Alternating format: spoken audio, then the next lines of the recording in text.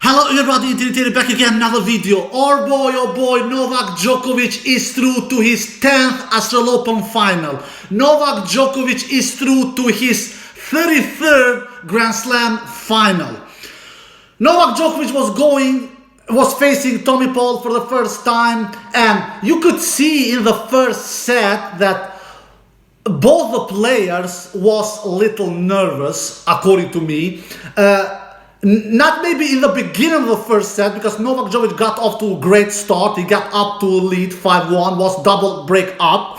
So he didn't show that kind of significant huge of nerves, Novak Djokovic. But after getting up 5-1 in the lead in the first set, Novak, he started doing a lot of unforced errors. Actually, he started to do a lot of unforced errors already in the beginning of the match. That first game of the match where Novak started to serve took like 7 minutes for Novak to hold.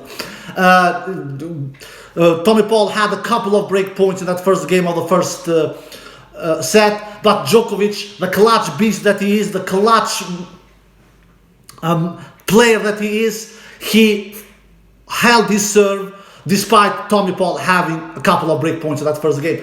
And then Djokovic broke Tommy Paul's serve 2 times in the first set and got up in the lead 5-1. But then Tommy Paul won 4 straight games and took back his double break that he was down to level the match 5-all. Neither of the players did a clean first set. To be quite honest, both of the players pushed the Santa Claus button in the first set. The first set, I must say, was Novak's worst set the entire tournament, without any shadow of a doubt. That was the worst first set for Novak the entire tournament. Maybe the worst first set I've seen Novak play for many months. I can't remember when I've seen Djokovic do this kind of a disaster first set like he did. 24 unforced errors, for God's sakes, Novak does only the first set, and 12 winners only. So he does 12 more unforced errors than winners in the first set, Djokovic. What was the good news for Djokovic was that Tommy Paul was also pushing the Santa Claus button in the first set. Tommy did 19 unforced errors and only 8 winners in the first set. So Tommy himself does 11 more unforced errors than winners in the first set. So both of the players, they pushed the Santa Claus button in the first set. But in the end of the day, Djokovic, he just activated his great mode level in that last game of the first set, in that 12th game of the first set, when Tommy Paul was serving in that 6-5 game and was trying to take the first set into tiebreak, and Tommy got to a 30-love lead. But of course, you can never be safe against Djokovic, even if you are 30-love up, even if you are 40-love up, you can never be safe that you will win the game, and which Tommy didn't do. Djokovic won 4 straight points in that 12th game of the first set and won the first set 7-5 without neither of the players playing good tennis. It was horrible level mode from both of the players in the first set, according to me. And then the second set, after that, Djokovic really raised up his level. He held his first service games in the first set. In the second set, I mean, and then he broke Tommy Paul's serve immediately in the second set, and then Djokovic held his serve in the third game of the second set. That was the longest game of the entire match. That third game of the second set, where Djokovic was serving. That game, I believe, that third game of the second set took 10 minutes, if not 10, almost 10 minutes. And Djokovic really looked tired in that third game of the second set. Actually, Djokovic looked time to time tired in the entire that second set, because that second set had some long rallies where Tommy Paul was testing Novak Djokovic's stamina and consistency and shot tolerance and physicality, you name it. And and Djokovic was showing some tiredness signs in that second set, at least according to me. But at the end of the day, Djokovic won that second set 6-1, gave Tommy Paul a breadstick, and didn't lose his serve one single time in the second set.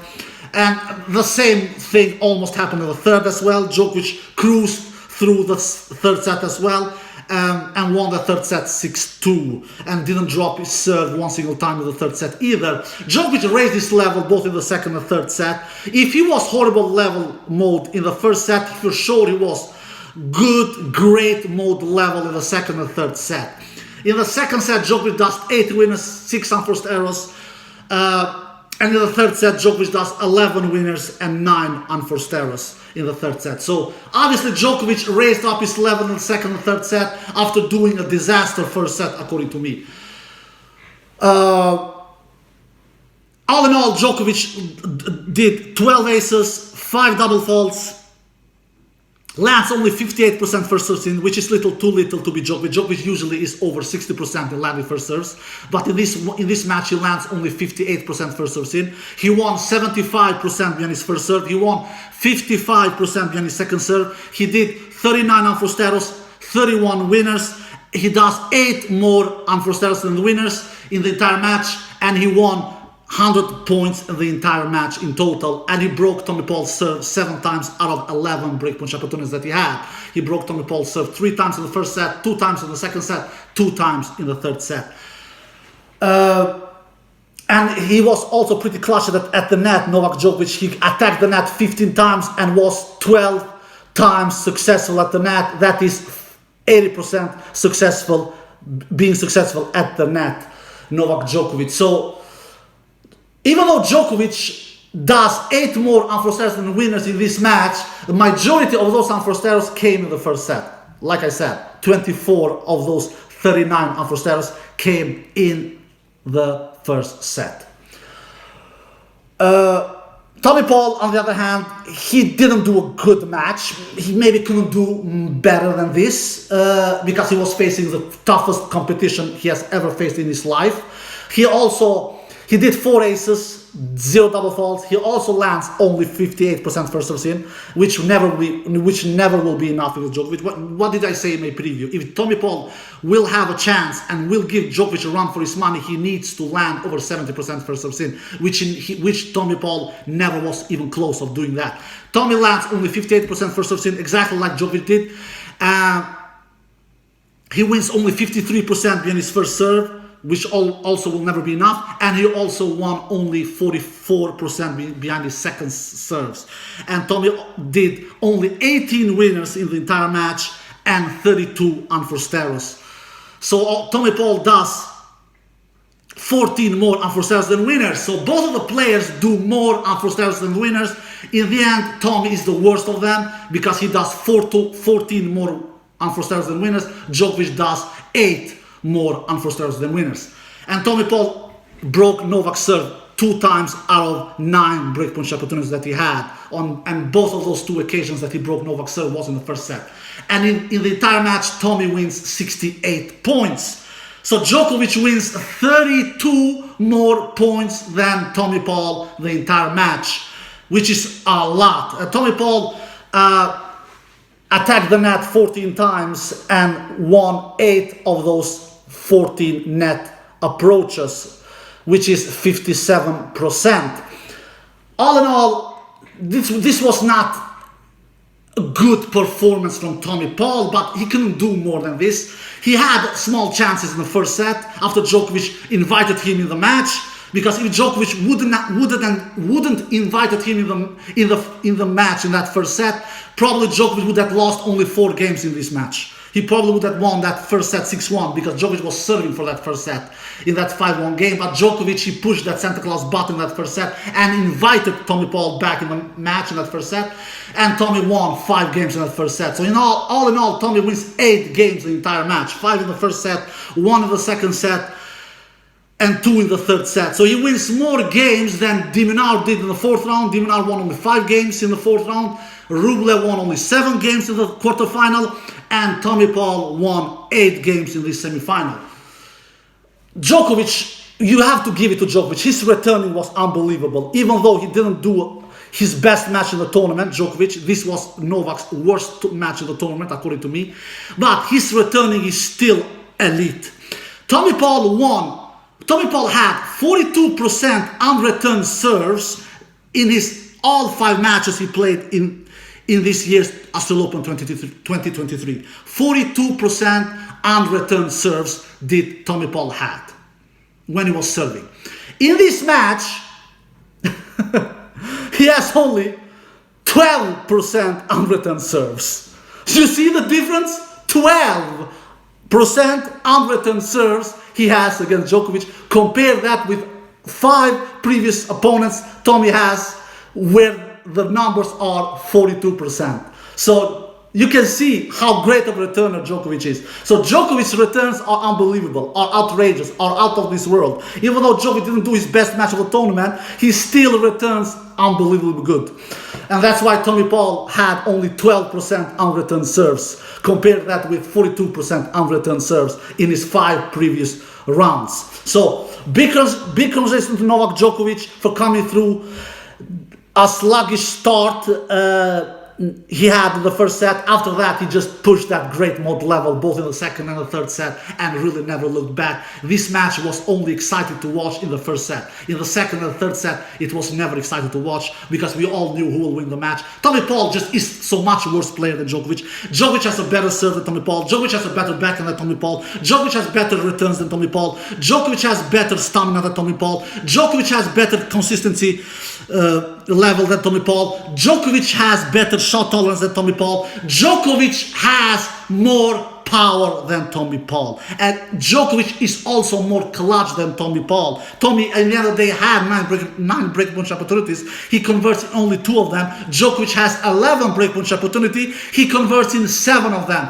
Because Djokovic is the clutch beast. He's the clutch monster. He's the clutch terminator. He raises his level when the chips are down. Even though he doesn't play his best tennis in this match, we had a couple of juices, a couple of close games in all 3 sets, especially the first and second set. Djokovic wins majority of those close games. Why? Because he pushes that don't miss button and he challenges his opponent and says, you know what? Here comes a big point. Here comes a pressure point. And Djokovic wins majority of those pressure points. With how does he do it? Yeah, with consistency, with shot tolerance, and with clutchness. That's how he does it. Not only against Tommy Paul, but against majority of his opponents he faces. And that's why if you want to take down Novak Djokovic, if you want to take down this Terminator, if you want to take down this Predator, if you want to take down this beast, if you want to take down this monster, you need to win the pressure points. You need to win the bigger points. You need to convert your breakpoint opportunities. Rublev didn't do it in the quarterfinal. Rublev had 5 breakpoint opportunities. He didn't convert in any of them. Tommy Paul had 9 breakpoint opportunities in this match. He converted in 2 of them only. But this match was never close. This match, the only thing that was close in this match was the first set. And that is because Djokovic gave a lot of hell to Tommy Paul to be that close. Because if Djokovic would have closed out that first set 6-1, he would have won the second 6-1 also, and he would have won the third also 6.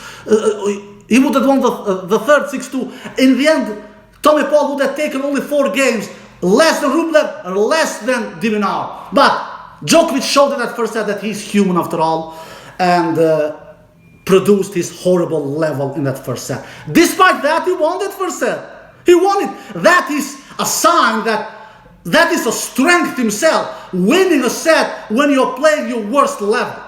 That first set was horrible level Djokovic. Horrible level. Despite that, he won it.